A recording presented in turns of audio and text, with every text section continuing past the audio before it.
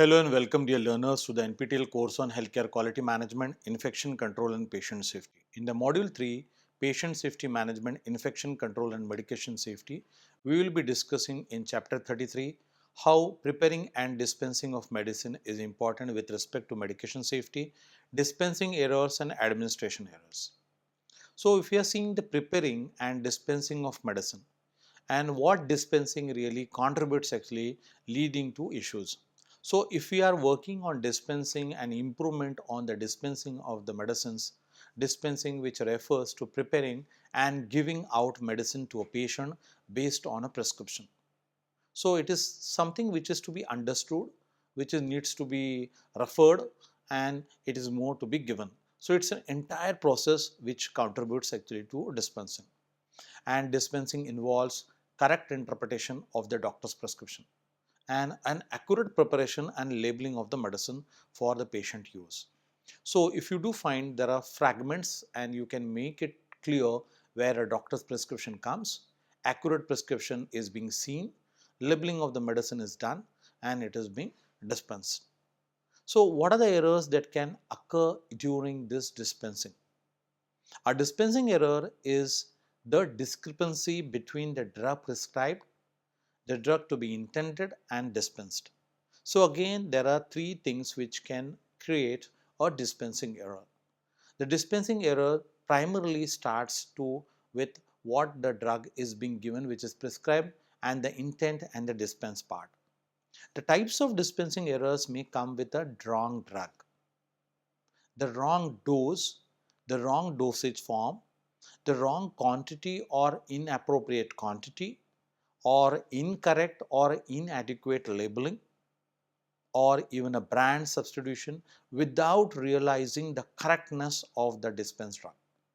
So you can understand the entire process of the dispensing is fragmented in different sections, which can be stated that if you do a wrong drug, it's a problem, which also versus to the dose of that particular drug versus wrong dosage form also.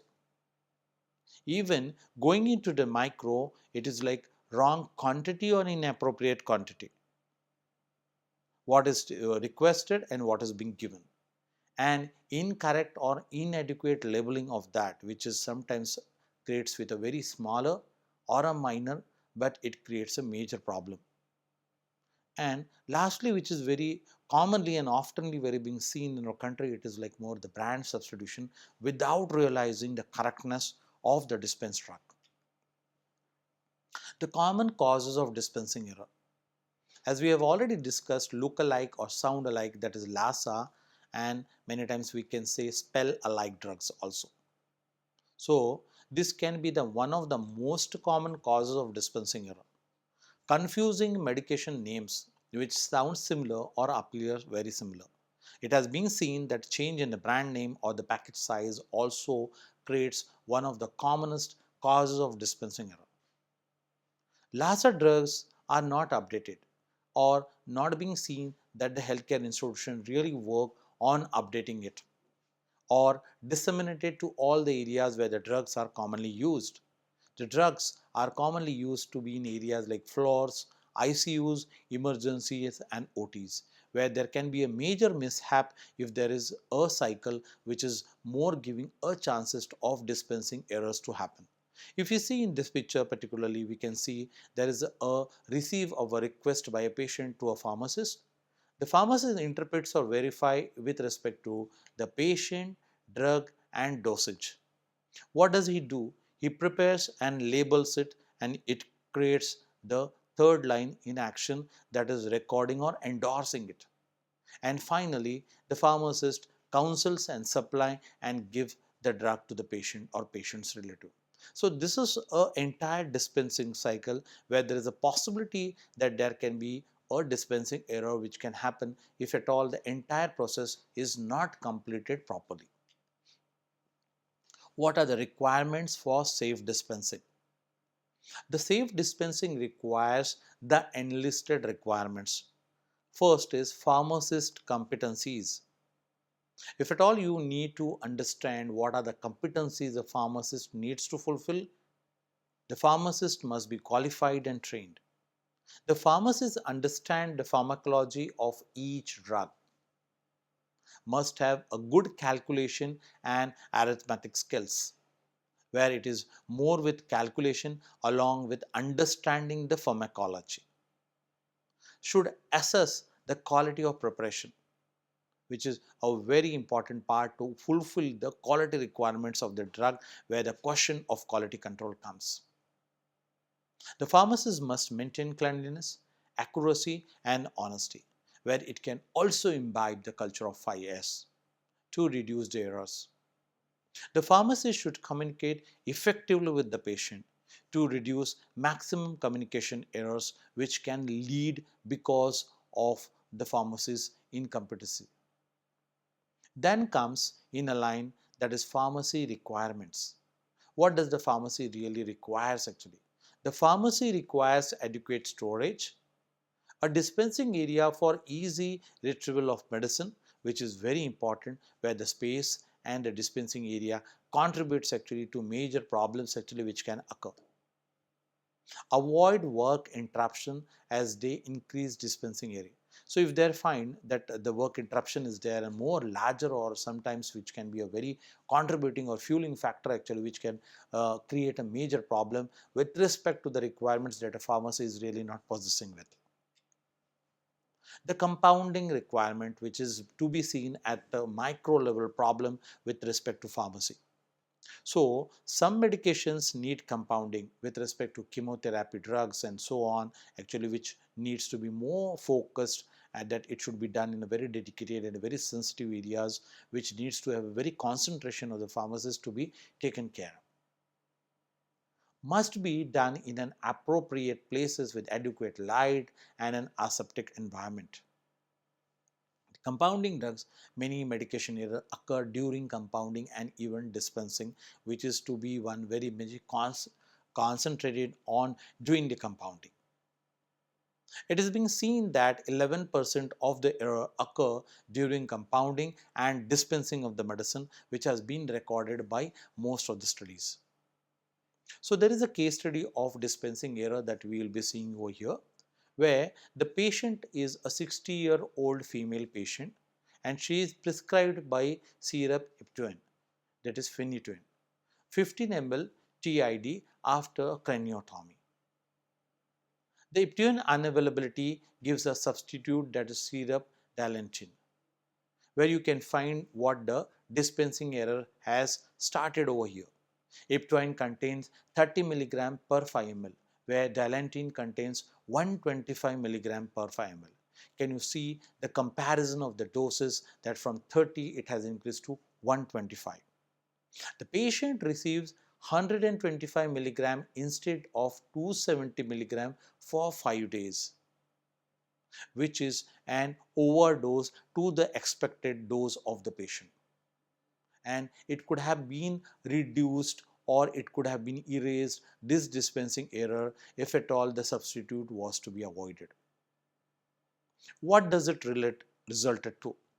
This resulted to an abnormal CT changes, and the patient remained drowsy for 7 days, where you may find in the picture it has been seen that how a 15 ml versus it has increased to a dispense which was completely inaccurate. So this case study depicts that how a dispensing error can be reduced and avoid actually the harm the patient has really faced.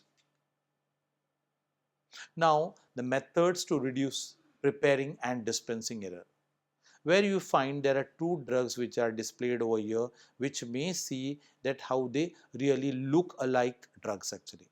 If you see the spelling, it is very confusing actually at a first sight, like what is hydroxyzine and what is it hydralazine hydrochloride. And if you see the potency, it may sound to us when you read it that is 50 milligram versus 50 milligram, which gives you a confirmation for that. But if a pharmacist should be trained actually to see this, the pharmacist should be trained to follow the good dispensing practices. What are the good dispensing practices to be followed here, which can be seen in steps like receiving and validating the prescription, interpreting prescription, preparing the items, recording the actions, and issuing medicines with clear instructions. So if all these steps are followed properly, there are great chances to reduce the errors. If though although otherwise there might be a fewer chances that may come up with some or the other level that can penetrate actually to give a chances to develop an error. The pharmacist must be aware about the LASA and a high risk drug, and they need to handle them as per the hospital policy. So the emphasis of a hospital policy is very important in developing and updating the LASA drugs. This can be more because of the incidents what has happened with respect to lot of issues the hospital has particularly faced. They need to develop a training with respect to what needs to be emphasized actually to the healthcare worker when they are inducting training on the LASA drugs. Pharmacists should check with the prescriber before substituting the generic or branded products, because the prescriber needs to be assured what the pharmacist has really given to the patient and how it will affect really with respect to the drugs and to the pharmacy which is being giving it. A pharmacist should be trained to compound chemotherapeutic agents which are very sensitively to be handled and in a very dedicated place, and you should see that the training of compounding and dispensing of the chemotherapeutic drugs the pharmacist properly knows. Then comes the administration errors, which are also being seen as a very crucial part of the medication use. Medication administration is one which requires very complexity and has a multi-step processes and are very prone to have an administration errors over here. Administration errors are the most common type of errors after prescribing errors. And when we find administration can lead to, there are many studies which has even encountered that administration errors have been listed in different types, where you can say improper doses, which encounters to majority of the causes actually for the administration errors to happen, then overdosing, wrong drug, wrong route of administration, which though although otherwise contributes to 9.5% only, but yes, it has its way actually to contribute actually to this administration error. What are the causes? The causes are performance and knowledge deficits, and which is also being adding with communication errors. So 45% of the performance and knowledge deficit is the one reason actually which has caused this, versus to communication error which is contributing to 15.8% of the causes. What are the types of administration errors? The types of administration error comes with the wrong drug, with the wrong patient, missed doses or extra doses. Sometimes even it can be with the less dose also. Incorrect rate or frequency is also one among the cause of the administration error. Incorrect dilution and incorrect route of administration also adds actually into the list of the different types of administration errors, which can make this a more reason actually for you to think. I have added here a case study which is more related in terms of discussion to the administration error, which can give you a clear idea like how an administration error can peep in. A patient which is prescribed with injection tramadol, that is 100 milligram IV. The patient required a dilution in 100 ml NS and administration over 30 minutes. In this case, what happens? A nurse administers a slow IV injection without the dilution. And what is the result? The result is being seen in a local reaction, which is one only preventable error which could have been reduced actually if at all the administration of the drug particularly can be seen properly. And it has been seen a very common incidences where sometimes the healthcare workers ignores or sometimes they miss the reasons actually that are stated actually how to go ahead with administering the particular drugs. What are the methods to reduce these administration errors? If though you have to work on this and you have to make it a reason actually that you have to develop a culture on reducing the administration errors, you need to follow the 7 rights of prescription and administer them very safely. In case of confusion about the drug name or the dosage, dilution, frequency or route, check with the prescriber, which is very important and it has to be done at that time. Label all the medicines properly before preparing and administering. All parental drugs should be labeled before preparation of a second drug, where you can say you are working on the checklist for that. The patient should be identified at least by two patient identifiers before administration, because it is many times being seen that the patient may have an issue with respect to name or even change of place, or sometimes actually there are confusion what is being written as a name on the case paper and the patient being seen as. The general appearance of medicine should be checked before administration, with respect to the spelling, with respect to the dosage, with respect to the expiry and all those things. So medication should be verified from the order and its dosage form, strength, dose, frequency and the route, which should be double checked before the administration. This should be made as a rule and rather not being implemented as to be taken as an individual practice. Especially in case of injections, dilutions and rate of administration should be double checked. Time periods that starts and the stop should also be documented, which is very important when you have to work on that issue, if at all it happens with the particular medicine. The patient should be educated about their medication and they should be informed about even monitoring the entire process, which they can help if there are any undue instances that are happening to the patient. So in summary to this entire chapter, I may say that if you have to work on safe medication, you need to require accurate preparation. You need to work on correcting the dispensing and a vigilant administration. So with these three things, you can say that your staff can be supported by the help of the training and a qualified pharmacy. Especially, you need to have a supporting of the nursing staff to make it fulfill that you are going on a right track. With dispensing errors, you can commonly order use of lesser drugs and incorrect labeling, which says that wrong dose, drugs, form, quantity and improper substitution, which says that strong verification systems are very essential to deal with the dispensing errors. Administration errors such as improper dose, wrong drug, wrong route, incorrect dilution or missed doses arise from the performance gap. Even communication failures also add major issues to the administration errors. How you need to work on all these errors, you need to work on preventing this. The preventing with respect to the strict adherence to the verification steps. The steps might be coming first with checking the prescription, which is very important. If though there are issues, it can be even contacted with the prescriber. Patient identifiers is very important, which can be double checked. Drug appearance, dosage, dilution, frequency and route before the administration is a very important and very responsible for a healthcare worker to work on, who is particularly working on administering this. What are the safety practices which can make it more clear that whatever you are working on or whatever you are expecting as a standard practice or come as a best result is more with the continuous safety practices, which can be seen as particularly doing double checking, high risk medication, which is very important. For a high risk medication, you need to have a, a protocol which is to be developed, that you need to work on double checking.